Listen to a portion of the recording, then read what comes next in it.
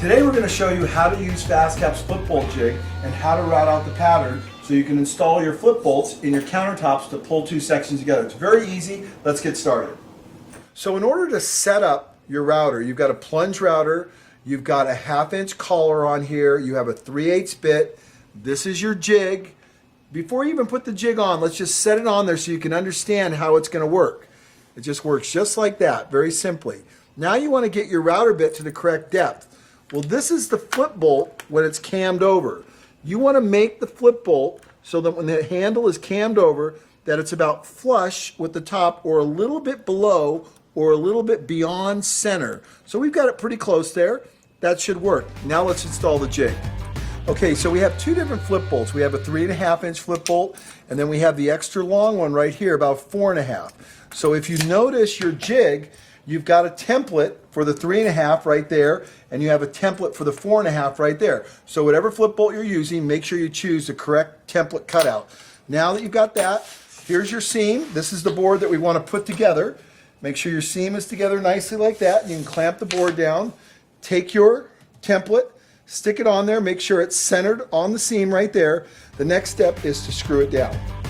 So I'm just going to take two 5/8 power head screws and put them in each corner, just like that.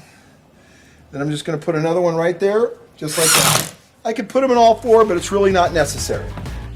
The next step is to take your plunge router, we're going to release it right there, and we're good to go.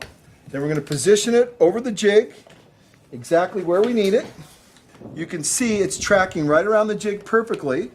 So the next step is to start the router. We're going to plunge down.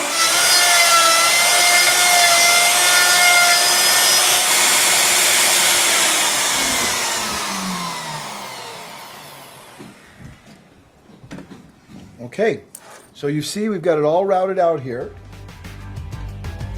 Now all we have to do is, before we even take the jig off, let's just go in there and check and see that it looks like it's doing what we want it to do.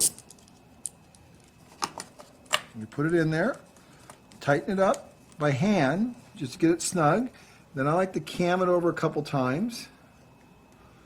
You can see this joint starting to pull together as I put a little more tension on there. There we go. When it starts to get tension right about a little bit past center, you know you're getting pretty close to having it about where you want it. Now look how tight these joints are right there.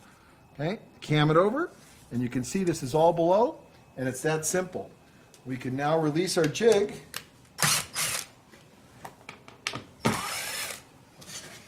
And there you go. One's cut in, and it's that simple. Then we'll just go over and do the next one.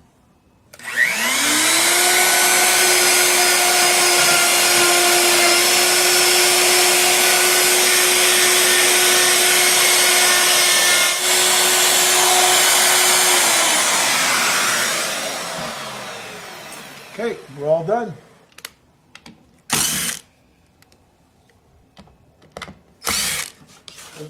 You notice how the flip bolt is sitting below center. You want that because you want the tightest part of the joint to be on the top surface, because this is the bottom surface. So we cam that over, I'm going to tighten it up a little more and cam it over.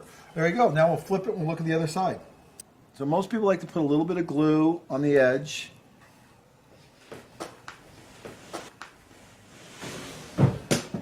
Now we'll go ahead and put that together like that.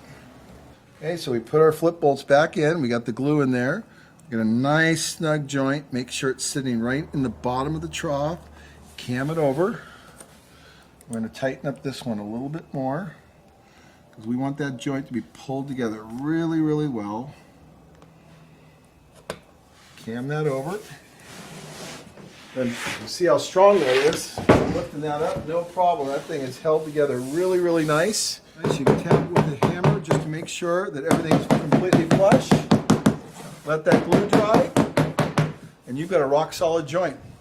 So people ask, why a 3.5 and why a 4.5? Well, the reason why is because the 3.5 gives you a shoulder that's about that length right there, about a 1-inch shoulder.